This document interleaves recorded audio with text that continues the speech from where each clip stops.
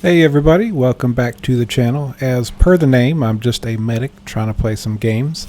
Sorry this video is several days late as I've been sick the last few days, and prior to that we had some fairly inclement weather from where I live. I hope everybody enjoyed the live we did for the airborne reveal. We more than doubled our subscriber count from that one event alone, so I'm very thankful to all of you for that. If you're new, now is a great time to hit the like button and subscribe to the channel with everybody else. But without further ado, let's get into the video. Alright, so by this point in the war, things are supposed to be quiet. Most fronts are stable, supplies are flowing, and everyone agrees nothing exciting should happen. Which, if you've been playing Foxhole for any amount of time, you'll understand or know that that's when Foxhole decides to test that theory. Today I'm finishing up the last defensive touches on my facility, keeping partisans away, and somehow getting pulled into a naval QRF along the way. As you can see here in this clip, I recently did a little bit of building some concrete defenses. That way people can't drive or run across that cliff and get into the facility. Now that I have that portion complete, I'm going to be building some arty traps, as the front line is slowly but surely moving towards this location. This just happens to be the unglamorous part of Foxhole that I actually enjoy. Upgrading defenses, checking coverage, making sure nothing obvious is missing, because if there is something missing, a partisan will find it immediately. Probably not while you're looking, it'll likely be sometime in the middle of the freaking night for whatever reason, but they will find it. The point is not to make this place invincible, but rather just annoying enough that anyone sneaking in decides it's not worth the effort.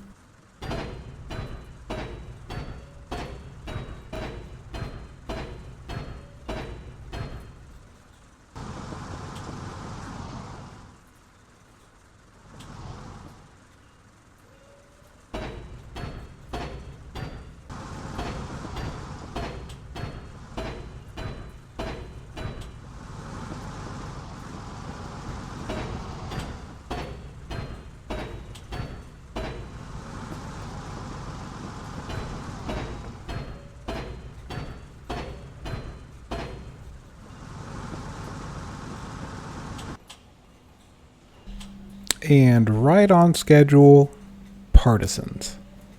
This is pretty much how it always goes. Quiet, calm, then suddenly something feels off and you realize you weren't being paranoid, just early. What do you do? At this stage of the war, partisans are usually experienced players, so you can't ignore them. If you do, they'll happily undo hours of tedious work in about 30 seconds. Once the immediate threat is dealt with, it's time to do the classic Foxhole routine. Repair everything and reload everything. Also double check the thing you swear you already checked. Thankfully in this situation, this single partisan was all alone and likely just scouting the area for a future attack, or more than likely just looking for a random logi truck to take back and show off as a trophy. Late war isn't about big pushes anymore, it's about endurance. Whoever gets lazy first usually loses something important. For those new players who don't know what I'm doing in this clip, I am installing some interior firing ports. Place these right in front of an exterior door leading towards the enemy, and as the enemy tries to get into your base, you can shoot them through the firing port in this concrete wall without getting shot yourself. The plus side is you can shoot them, but they really can't shoot you. The downside is the field of view is very slim, so good luck.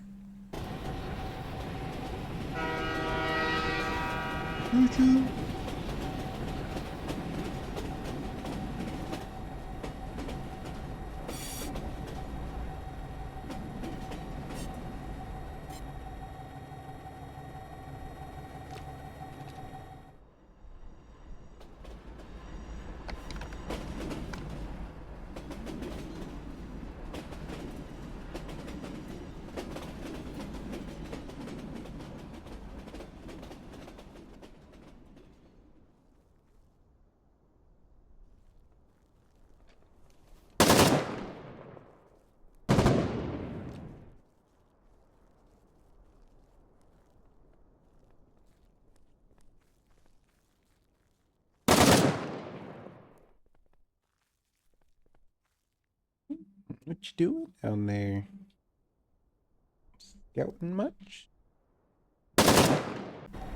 After dealing with yet another partisan, I decided it was time to go get some petrol from the petrol station that connects to the Hex pipeline. While I was on my way to the station, I saw that somebody had connected their pipeline into mine, which is not cool. If I were at this point in time connected to the main Hex pipeline, it wouldn't be an issue as there would be a constant flow of petrol, but right now I'm having to manually move petrol from the station over to my liquid transfer station. When the petrol flow hits this diversion point, it would literally cut my petrol amounts in half and I would only get half of what I put into it. Also, another key takeaway is that their base or facility was, let's put it this way, less than adequate in my personal opinion. Unfortunately, I'm not allowed to destroy their pipes or not able to destroy their pipes, so I'm going to have to figure out a little bit different way to deal with this situation. The best I could come up with is that I would have to take all the pipes and swap them over to underground pipelines.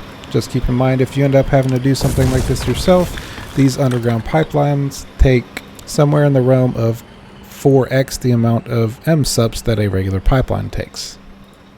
Another way to circumvent this situation entirely is to go ahead and reserve the pipeline for your active squad. Unfortunately for me though, this had already expired, and once it expires, you can't do it again.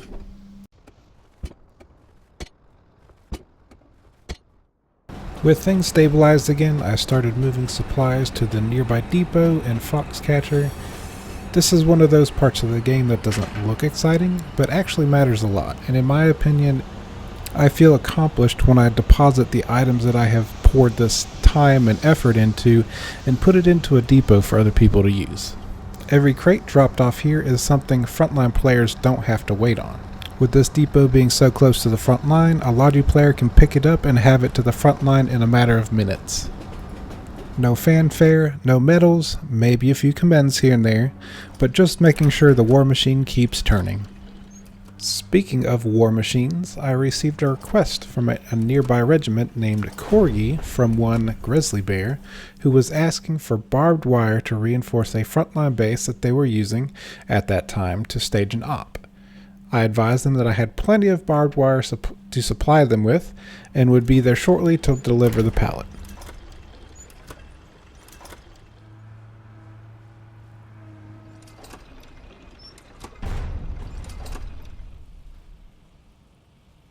While making the drive to the delivery point, I started reading some odd messages in global chat. At first I didn't think much of it, and continued on my way to drop off the barbed wire, but very shortly thereafter the messages grew more ominous.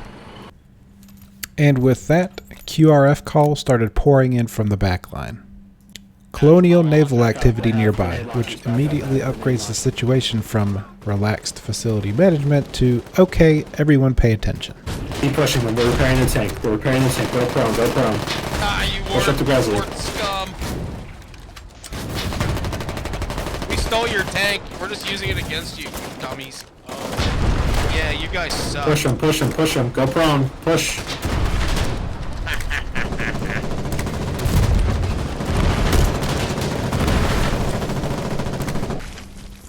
This is one of the reasons why I like the later war. You can be doing logistics things one minute and responding to an invasion the next. No hesitation, grab what's needed, and move. It's looking Walls rough. are getting destroyed. Walls are getting destroyed up here. I'm grabbing.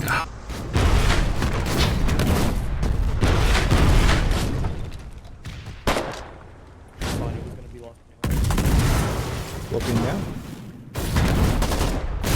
Nice, good job. I'm bringing AT up. Battleship track inspection. Disabled.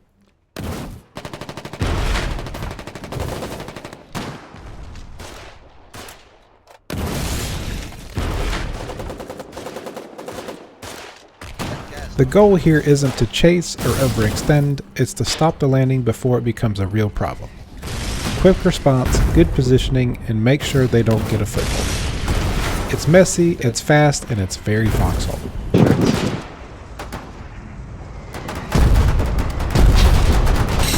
Hey, Kaboom, do you have, you hear Kaboom?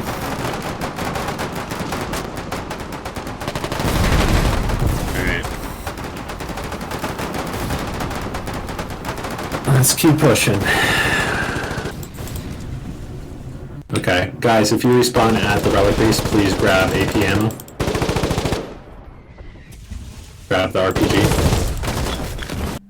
Once the naval invasion was thwarted, I went back to the petrol station and had one of the guys who was helped managing the Hex pipeline. He was able to tie in my facility. That way I wouldn't have to transfer manually the petrol into my pipeline. Him doing this for me would help streamline the entire supply process that I had going and make things a lot easier. Not only did it make things easier, but I was able to produce 24 hours a day around the clock until the war ended. Ooh, awesome. I appreciate that.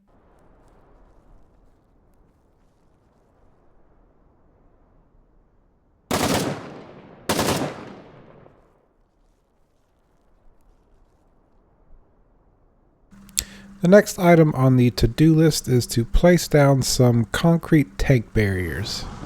Place these barriers down just a little bit outside of the range of tank firing range. That way tanks cannot hit your base without having to take these out first, and they are a pain in the butt when trying to destroy them. As said earlier, the idea is not to be invincible, but to make everything as hard as possible for the enemy. Once placed, these also take 24 hours to dry, just like a normal concrete garrison piece would. When building these, I recommend grabbing an ACV and also bringing a pallet of concrete with you, as the ACV can only carry so much concrete. A quick little trick that you might want to keep in mind when placing these things is I am going from right to left in these clips. If you're moving towards an object like a railroad track and the next tooth is actually trying to be placed on the railroad track and it turns red, then try going from the railroad track up to the other section of teeth that you've already placed. The name of the game when placing these items is improvise.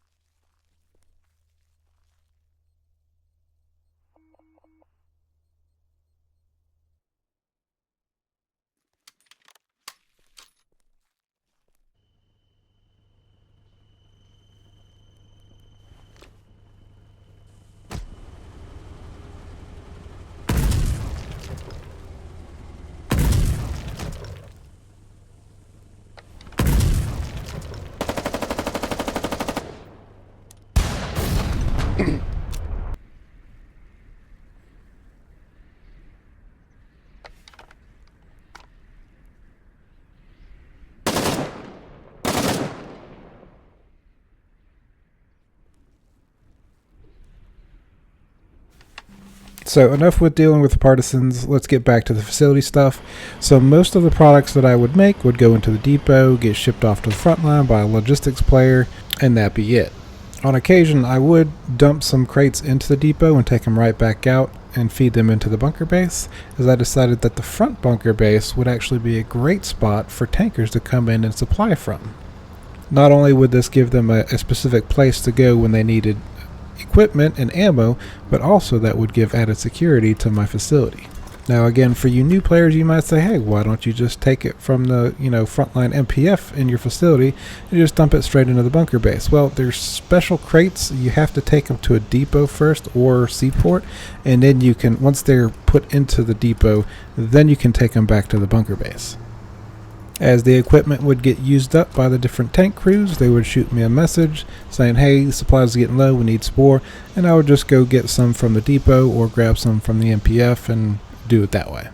For those items that I was not able to make at the facility MPF, I would head up to the northern part of the Hex where we had 3 factories, and I would make those items, dump them in the seaport in a private stockpile, then grab a shipping container and bring it all down to the depot.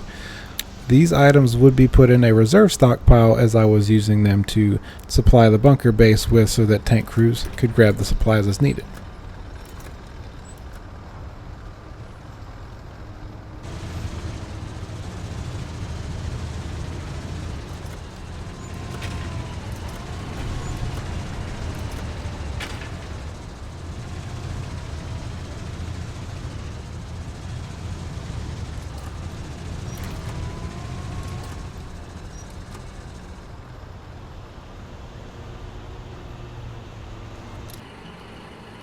Hello. How's it going? Supply, get whatever you need. Thank you. Oh, and there's petrol in that container on the other side.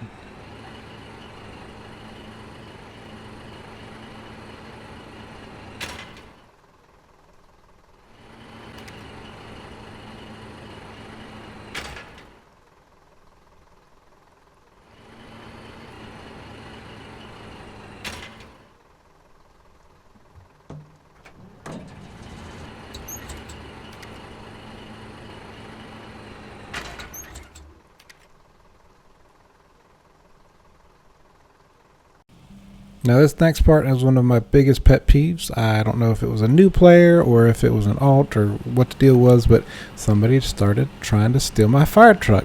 We can't have that. Hey, where are you going with that?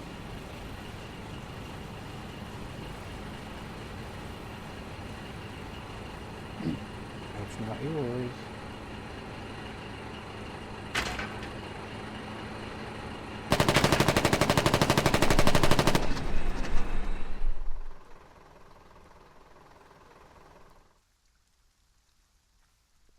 Get out of here.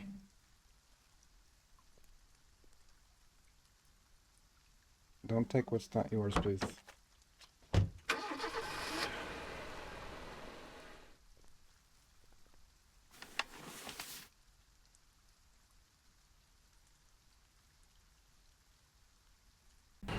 All in all, I repaired the fire truck, got it back, and drove it back to where it was, although I did one of the most Charlie Shard things ever and decided to put it up on a crane.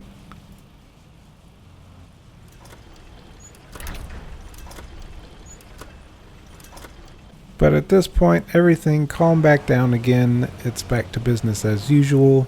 At the end of the day, the facility is still standing, supplies got delivered, partisans were discouraged, well, at least for now anyways. But that's just late war Foxhole in a nutshell. Long stretches of preparation, punctuated by moments where everything suddenly matters. If you enjoyed this video, stick around, there's always more work to be done. Don't forget to hit the like button, subscribe to the channel. Thanks for watching, and as always, stay supplied.